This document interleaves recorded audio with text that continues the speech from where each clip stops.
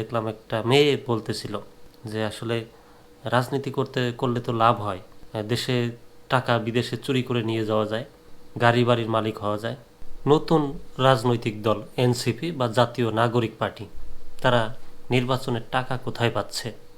নানান মহলের প্রশ্ন। আসলেও তো তাই। প্রত্যেকেই ছাত্র, ছাত্র থেকে মাত্র 6 মাস হয়েছে তারা নাম পরিচয় পেয়েছে, রাজনৈতিক পরিচয় 7-8 দিন বা তাও হয় নাই। তো এর মধ্যে তারা নির্বাচন করার টাকা কোথায় পাচ্ছে?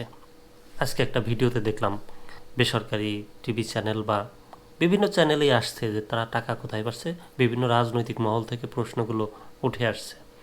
কিছু ছাত্র আবার যারা রাজনীতি আন্দোলনে 5 আগস্টের আন্দোলনে অংশগ্রহণ করেছেন কিন্তু কোনো রাজনীতির সাথে সম্পৃক্ত নাই বা রাজনীতি করেনও না, তারা বলছেন যে আসলে 5 আগস্টের রাজনীতিকে, আন্দোলনকে গুটি কয়েক ছাত্রমহল তাদের পুঁজি করে তারা ভবিষ্যতে লাভবান হওয়ার জন্য, টাকার মালিক হওয়ার জন্য তারা রাজনীতি করছে।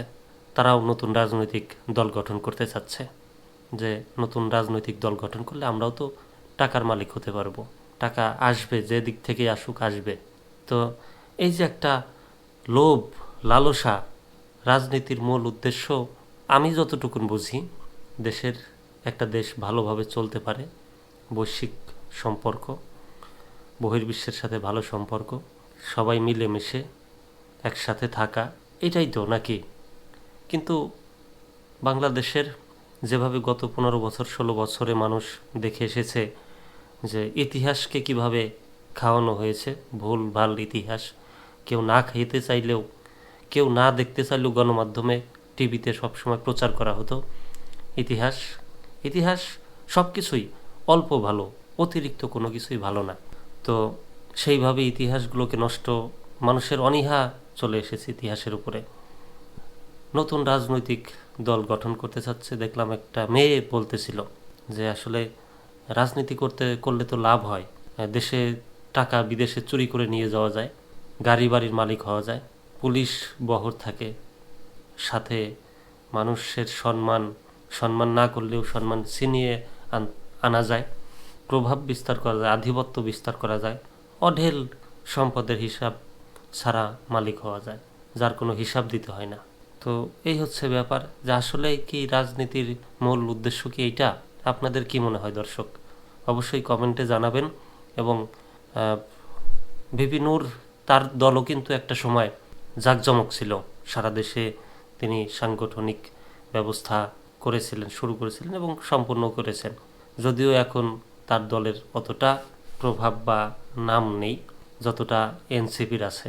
তো কার্যক্রম সাংগঠনিক মোটামুটি তারপরেও ভালোই আছে। সেদিন তিনি বললেন, একটা বক্তব্য দেখলাম, যে এতদিন রাজনীতি করেও তিনি কোনো মতো একটা কার্যালয় বানিয়েছেন, অত টাকা পয়সার মালিক বা অত ভালোভাবেও কিছু করতে পারেন নাই বা পারছেন না।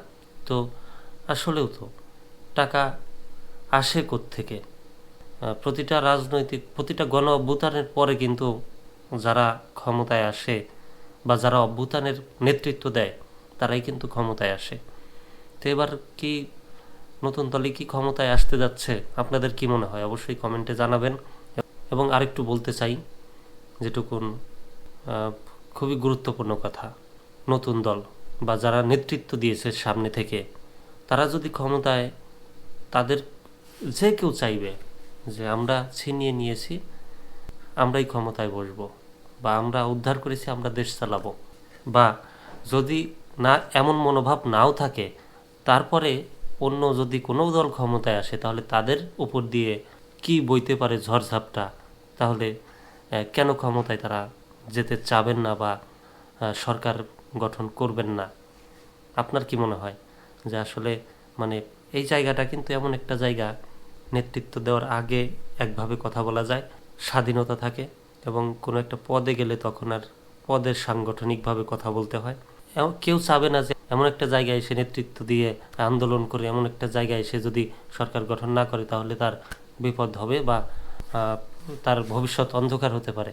অনেকেই বলা বলি করছে, উপদেষ্টারা নিজেরাও উপদেষ্টা থাকাকালীন নাহিদ এবং আরও যারা নেতা আছেন এই এনসিপির যে আওয়ামী লীগ ক্ষমতায় আসলে বা ফিরে আসলে তাদেরকে ফাঁসি দেওয়া হবে।